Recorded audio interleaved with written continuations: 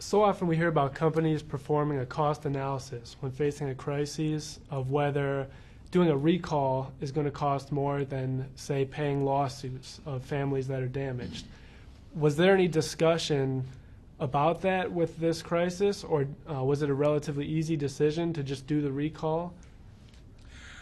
It wasn't an easy decision, but there was no discussion about the cost. Actually, it cost us $125 million to do the recall. And 25 years ago in business, $125 million was a lot more than it represents today. There are two things in managing a crisis, and I use the word crisis now, but we didn't use it then.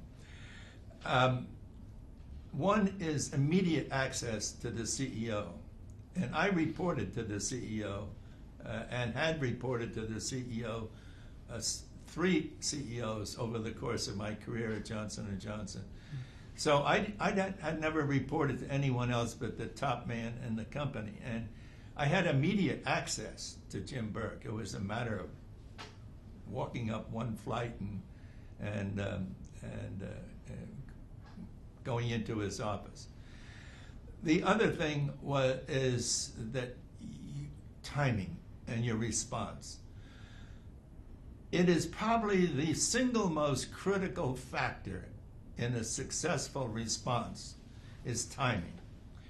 If you wait until the committee convenes, and if you wait until the committee debates it and decides, and then you get back to the news media, hours could pass. In some cases, days can pass.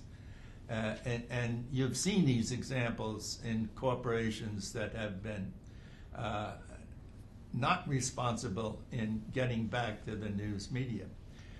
So 2 things: timing and immediate response, and secondly, immediate access to the CEO.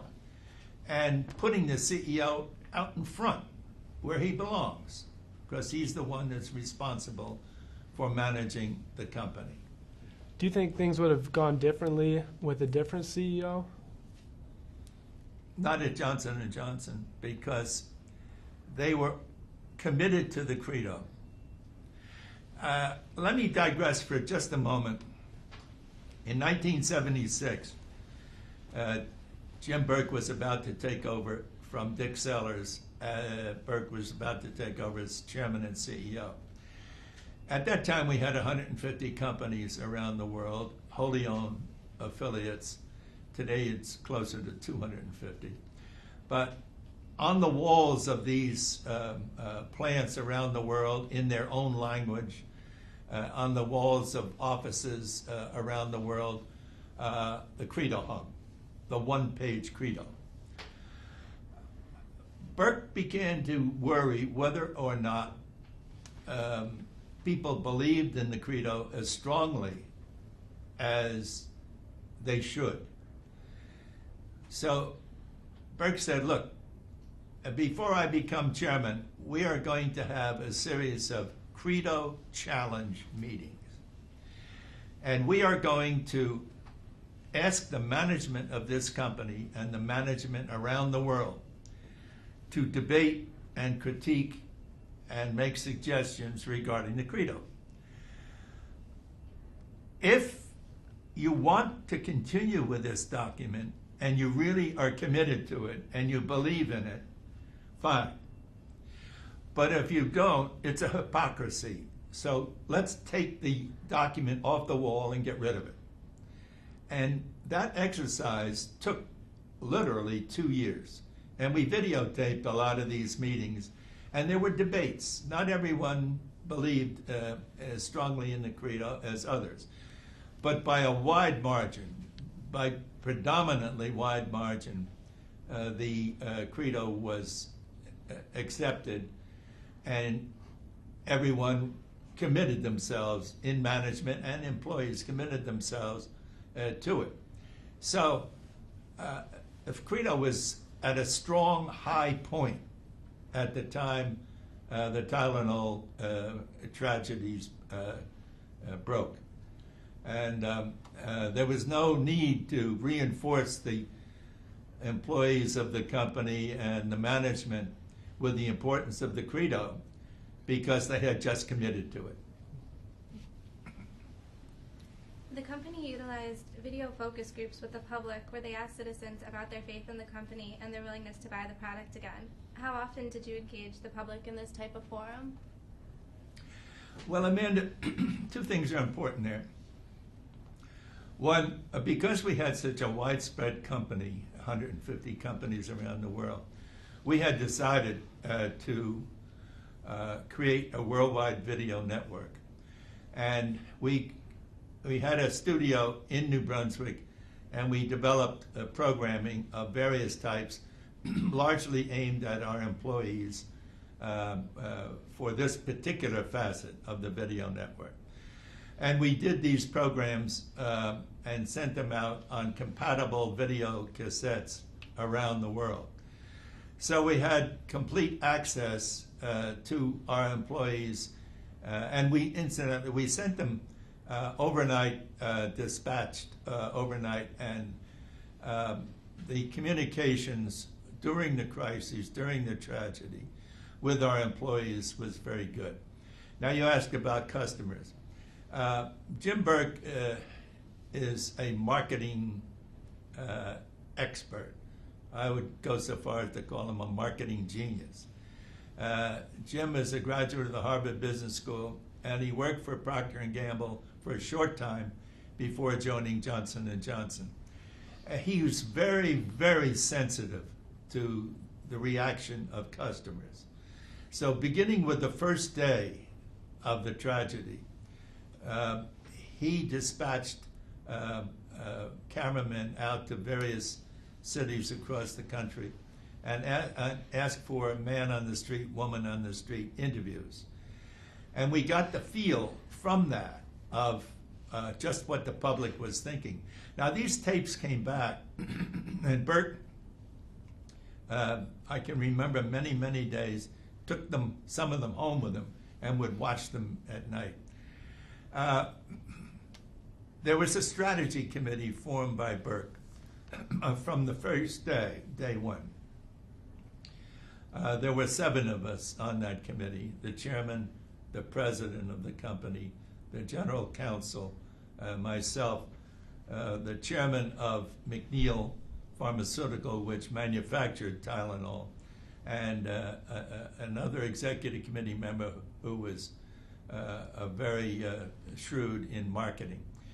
We met twice a day, 9 o'clock in the morning and 5 o'clock in the afternoon, for 8 solid weeks. We never missed a meeting, and some of the early morning meetings ran into the evening meeting. We made all kinds of decisions after all kinds of debates. Burke was a great believer in creating debate. And when everyone debated the issues that he felt were important, then he would make the final decision. But he encouraged people to express themselves. And I can't tell you how many hundreds and hundreds of decisions had to be made regarding the Tylenol tragedies. We had to bring the product back. What were we going to do with advertising? How were we going to get the material we needed to convert the machinery, manufacturing machinery, to produce the safety seal packaging? You might keep in mind that immediately after the Tylenol tragedies, the Congress put through legislation commanding or directing American companies to create safety seal packaging. And then they also made tampering a felony. This was the fastest legislation ever passed in the United States Congress, and it had the unanimous endorsement of every congressman and every state governor, and everybody was gravely concerned.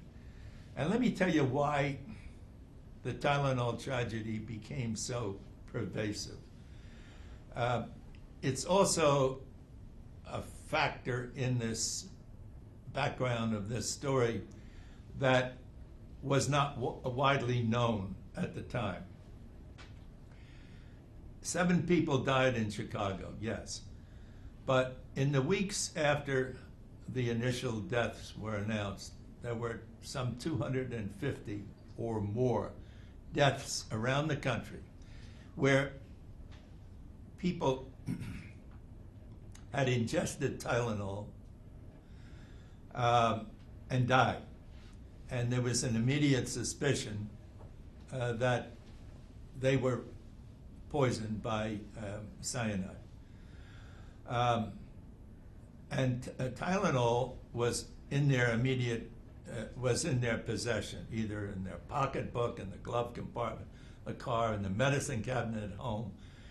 And the authorities immediately suspected that this was another death from the Tylenol tragedy, which was called at the time the first terrorism act on the American people. And it was also said by the Associated Press reporter in Chicago that it was the first time that terrorism had ever reached into the American home.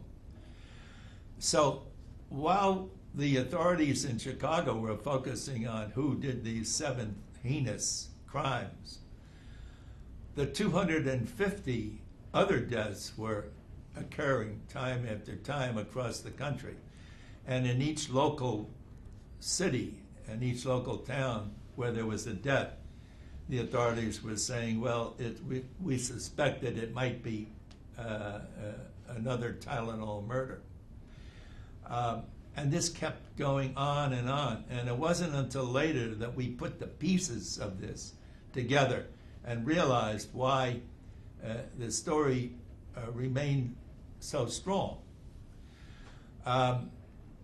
Incidentally, the people who smoked and who do smoke have traces of cyanide in their bloodstream. And you cannot determine the toxicological tests that had to be made on the victims, on the death of people who died, could not be done overnight. It took several days to complete the toxicological tests. So the answers weren't immediately available. And so the newspapers and the video and the television stations, et cetera, kept the story alive and multiplied this by 250. Now, these people died of deaths that normally occur. Heart attack, stroke, and other types of, I will call them normal, deaths that people, that occur every day in this country.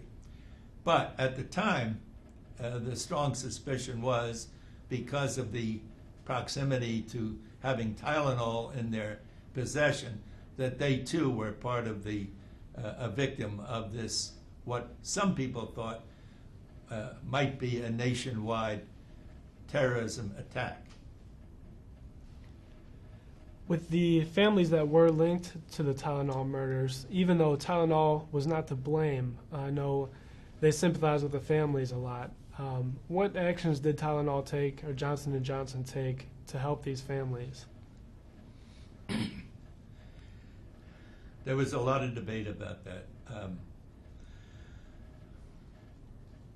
We wanted to take stronger action than we did, but we were deterred by the legal counsel from going too far because obviously at the time no one knew who was the cause of it.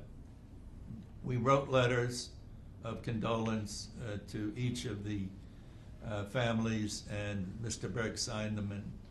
But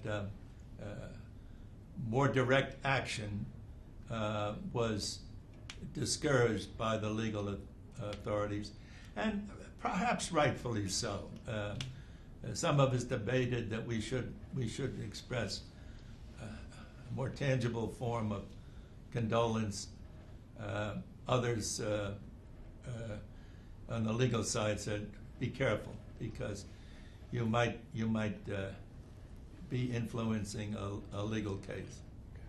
Let me ask a couple things, and Sure. feel free to expound on these, because these are kind of like broader based type questions. Before I ask a broad one, I got a real narrow one, because I've had opportunity to talk to other people that have been in crisis situations, like the general in charge of the Air Force at the Pentagon on September 11th. Where were you when you first heard the news about the first poisoning? From whom did you hear it? What went through your mind? What was your initial reaction in that situation? Well, actually, I was home when I first heard it, and it was about 10 or 11 o'clock in the morning, and I had taken some time off. I was writing the history of the company. The first book I wrote was on the history of Johnson & Johnson, and the second was the biography of Robert Wood Johnson. But I got a call from one of my staff members and said, "We have had a call from the Chicago Sun-Times." Interestingly enough, the Chicago Sun-Times, the first call, they didn't have the details of the murder, but they asked about the product. They wanted to know when the product was introduced and a lot of questions. And I had planned to go in that morning about 10 or 11, and I got there maybe 45 minutes after I heard that there was this inquiry, and all of the murders were not known the first day. First day, I think we learned about 2 or 3 murders. Then second day, another 2 or 3, until we reached a total of 7. One word description of my reaction: disbelief. Second description, 2 words: total disbelief. I just could not believe. And I think that describes how many in the company felt, that our product could have been used as a murder weapon. I mean, a product that is designed to help you take care of pain, that would be used as a murder weapon. I think that our commitment to the credo, where the customer comes first, was a great inspiration in the way we handle, and our total belief that being open and honest with the press. And there's an interesting facet of that. I had created what we called a press log in our office, and every press call that came in, the reporter's name was put down and the question he asked. Even if it was a very simple question: what year was the company founded? And questions that could not be immediately asked, we took his telephone number and we found out, and we kept that same practice going when this flurry of calls came in on avalanche of calls came in on the Tylenol murders. There were something like 150 or 175 calls the first day, and over the course of the next some weeks, it mounted to 2,500 reporters covering the story. We logged in every name and every response call, every response that we gave. Some of them we didn't know the information until maybe 2 or 3 in the morning, and I was delighted to be able to call a reporter at 2 or 3 in the morning and get back at him for having called me at 2 or 3 in the morning so many times. I sensed very, very early that the reporters, both newscasters, print reporters, television, radio, I sensed very, very early that they thought that Johnson & Johnson was a victim. and that we would be cast as a victim. And this was very important. To be cast as a victim and not a villain in a situation like this was critically important. And we built on that by being cooperative and open. And the other thing, Jim Burke kept reminding us, by being open with the press, we were able to keep the American public informed. And you have to remember, we were not sure that there wasn't cyanide in bottles of Tylenol on the West Coast or anywhere in the country. We could not be sure of that. But by keeping reporters informed and being very cooperative with them, we were able to keep the public informed. And that was another way of serving the customer, keeping them informed via the media. Mm-hmm. You were there for about 25 years when this tragedy took place. Mm-hmm. Robert Wood Johnson, decades at the helm of the company. You and James Burke had known each other for many years prior to that. Steady at the helm, perhaps type of a management mindset. Did that contribute to the ability for people to see things together in those strategy committee sessions? And isn't there a certain constancy that seems to be missing in a lot of American business today, that you know, other companies wouldn't react as well because they don't have that steadiness and that consistency? I think you're absolutely right, John. Johnson & Johnson was the kind of company that attracted quality people, and they made it very worthwhile their while to stay. And so having long-term employees and long-term management was not unusual. It was more the the rule more than the exception. I think that one of the problems of American business today is that there is a greed factor that seems to dominate so many decisions. Robert Wood Johnson took care of his people very well. The stock grants were generous. The stock grew by leaps and bounds. And he also, and each of the chairmen that I worked for, Philip Hoffman, Richard Sellers, and Jim Burke, gave their people a lot of latitude. People who have ability like to make decisions. They like to run things. And they don't like to be told every step of the way what to do and how to do it. So they gave people the authority to manage, and they kept the greed factor out of it. They neutralized it by taking very good care of their people and by challenging them to build something bigger, not just money, but careers. And we all have a sense of wanting to be a part of something important. And if you had the chance to build on something important, a department, a company, it was an incentive. Larry, one of the things they teach in crisis communication, college students levels on up through the corporations these days, is first thing is, you know, you show sympathy for the situation, put somebody out on the ground where the tragedy has occurred. Your team was all based in New Brunswick, obviously. Was there anybody who went to Chicago and got involved on the ground there? First day. Who was it? Bob Andrews, who was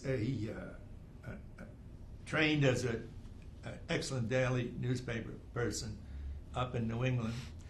And that's one thing I learned. One of the many things I learned at the Nerd News under some city editors who were very impatient.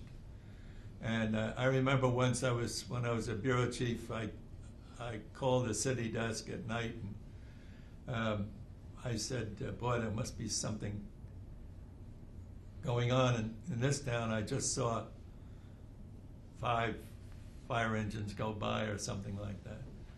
And my city editor, in words that are a little more forceful than I can describe here, said, "What the blankety blank blank are you doing there? Why aren't you out at the scene?" You have to have, and you should have, to get your information solid and accurate, you have to have someone on the scene. Bob Andrews spent 3 weeks in Chicago, maybe 5 weeks in Chicago, following the story day to day. He knew the reporters who were covering. He knew the FBI and the other authorities who were working on the solution. And his information, the feedback, was invaluable. Bob Niffen, another of my assistants, was down at McNeil. In the beginning, they thought that maybe the product had been poisoned at the factory. It turned out that, and because each lot has a number, the lot numbers in Chicago traced it back to Pennsylvania. But very soon thereafter, a lot number from a Texas plant showed up, and that told us that this could not have been poisoned at the factory. It was done outside the factory. Mm. And one of the engineers figured out that if it were to be poisoned at the factory, the way that these things are made in huge vats, mixed in huge vats, that it would take a half a ton of cyanide to do that. And it was totally impractical. So Bob Niffen was at McNeil, and that covered us at the major points. Mm-hmm.